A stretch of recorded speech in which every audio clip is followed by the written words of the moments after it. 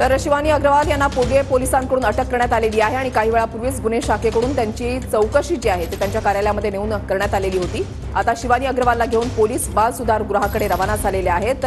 अल्पवयीन आरोपीला समोर बसून समोरासमोर चौकशी केली जाणार आहे। अभिजित पोते आमचे प्रतिनिधी अधिक माहिती देतील। अभिजित,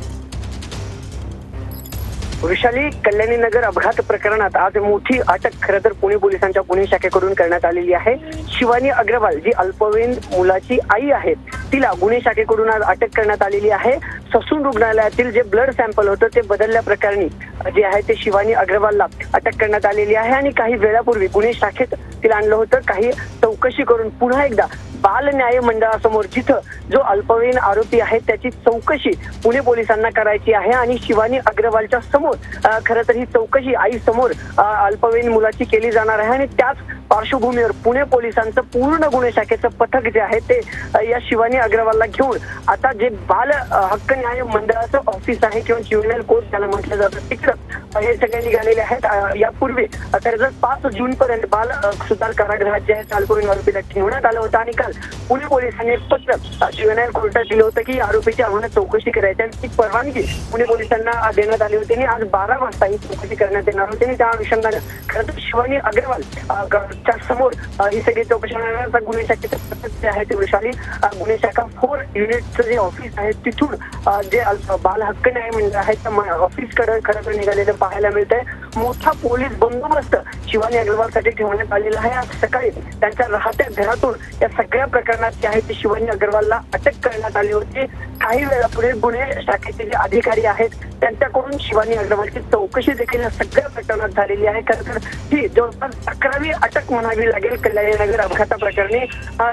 सुरेंद्र अग्रवाल, विशाल अग्रवाल, त्यानंतर पत्नी शिवानी अग्रवाल म्हणजेच जे अल्पवयीन मुलगा आहे त्याच्या आईला देखील पुणे पोलिसांच्या गुन्हे शाखेकडून अटक करण्यात आलेला आहे। आज दुपारी कोर्टात हजर करण्यात येईल। 7 दिवसांची पोलीस कोठडी पुणे पोलीस मागतील असा देखील सूत्रांची माहिती जी आहे पोलिसांनी मिळालेली आहे। पण आता गुन्हे शाखेचं पथक शिवानी अग्रवालला घेऊन जे बाल हक्क न्याय मंडळाचं जे कार्यालय आहे तिकडं निघालेलं आहे। तिथं खरं तर पुणे पोलिसाला या अल्पवयीन आरोपी जो आहे त्याची चौकशी करायची आहे। नेमकं अपघाता दिवशी पूर्ण काय घडलं होतं, खरं तर या अपघातात ज्यावेळेस अल्पवयीन आरोपी होते त्याचे जे अल्पवयीन मित्र आहेत त्याची देखील सामाजिक सुरक्षा विभागाकडून पुणे पोलिसाच्या सामाजिक सुरक्षा विभागाकडून चौकशी जी आहे ती जबाब नोंदवण्यात आला होता आणि आता त्या अल्पवयीन मुलाची चौकशी स्वतः पुणे पोलिसांच्या गुन्हे शाखेने करायची आणि त्या अनुषंगानं ही सगळी तयारी कालपासून सुरुवात झाली होती आणि आज सकाळी खरं तर जे शिवानी अग्रवाल आहे तिला अटक करून गुन्हे शाखेनं आज दुपारी गुन्हे शाखा कोर्टात हजर करणार आहे। पण तत्पूर्वी अल्पवयीन मुलाची चौकशी करायची आहे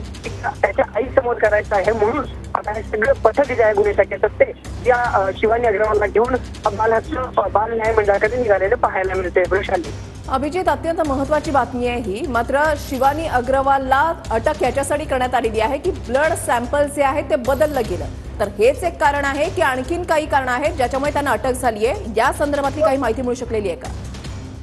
नक्कीच गुन्हे शाखेच्या सूत्राकडून जी माहिती मिळालेली आहे ती माहिती अशी आहे की आपल्याला माहिती आहे ससून रुग्णालयात जे रक्ताचे नमुने आहेत त्याची फेरफार करण्यात आली होती आणि या पार्श्वभूमीवर ससून रुग्णालयातील 3घांना अटक देखील करण्यात आली होती। पण त्यावेळी एक माहिती अशी समोर आली होती की हे ब्लड सॅम्पल घेताना खाजगी बाहेरचे 3 लोक होते, त्यात एक महिला देखील होती आणि तीच महिला शिवानी अग्रवाल म्हणजेच अल्पवयीन मुलाची आई असल्याचा संशय पुणे पोलिसांना होता आणि आता सध्या तरी याच गुन्ह्यामध्ये जी आहे ती अटक झालेली प्राथमिक माहिती आहे। म्हणजे शिवानी अग्रवालला जे ब्लड सॅम्पल अल्पवयीन आरोपीचे बदलण्यात आले होते, जे रक्त नमुन्यामध्ये फेरफार झाला होता त्याच प्रकरणी खरं तर पुणे पोलिसांकडून अटक जी आहे ती शिवानी अग्रवालला करण्यात आलेली आहे। सध्या तरी तीच माहिती आहे। आता कोर्टात पुणे पोलीस नेमकी काय माहिती देतात, कुठली कलम शिवानी अग्रवाल लावल्यावर तर खरं तर सुरेंद्र अग्रवाल आणि विशाल अग्रवालला जो ड्रायव्हर आहे त्याच्या अपहरण प्रकरणी अटक झाली होती। पण आता या शिवानी अग्रवालला जी आहे ती कुठल्या नेमक्या प्रकरणात अजून अटक केली जाते, कुठली कलम लावतात वैशाली हे दुपारी स्पष्ट होईल। पण सध्या जी माहिती मिळते जे रक्ताची फेरफार करण्यात आली रक्ताचे नमुने त्याच प्रकरणात शिवानी अग्रवालला अटक झालेली माहिती आहे। नक्कीच अभिजित, तुम्ही असेच आपल्या सोबत राहा, अपडेट्स तुमच्याकडून सातत्याने जाणून घ्यायचे। तर या प्रकरणामध्ये आतापर्यंत काय काय घडामोडी घडलेल्या आहेत त्यावर सुद्धा आपण एक नजर टाकूयात ग्राफिक्सच्या माध्यमातून। शिवानी अग्रवाल काल रात्री मुंबईहून पुण्यामध्ये दाखल झाली। शिवानी अग्रवालच्या मागावर 3 टीम होत्या।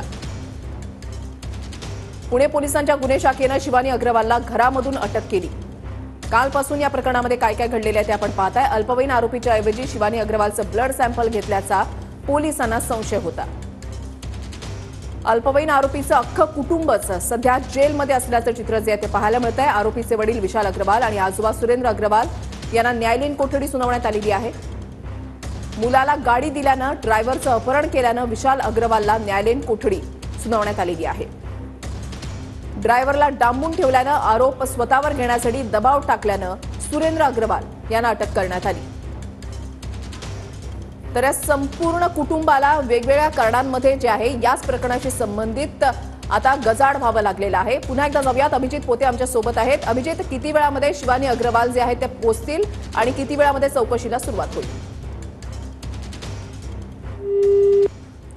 अभिजित पोते आमचे प्रतिनिधी, यांच्याशी आपण पुन्हा एकदा संपर्क साधण्याचा प्रयत्न करणार आहोत. मात्र आताच्या घडीची महत्त्वाची आणि मोठी बातमी, शिवानी अग्रवाल समोर अल्पवयीन आरोपीची चौकशी होणार आहे. शिवानी अग्रवालची गुन्हे शाखेकडून चौकशी जी आहे ती सकाळी अटक झाली. त्याच्यानंतर गुन्हे शाखेच्या कार्यालयामध्ये तिला आणण्यात आलेलं होतं. चौकशी झाली आणि आता अल्पवयीन आरोपीला समोर बसून समोरासमोर चौकशी जी आहे ती केली जाणार आहे. या संदर्भातले प्रत्येक अपडेट्स तुमच्यापर्यंत पोहोचवण्याचा प्रयत्न असेल.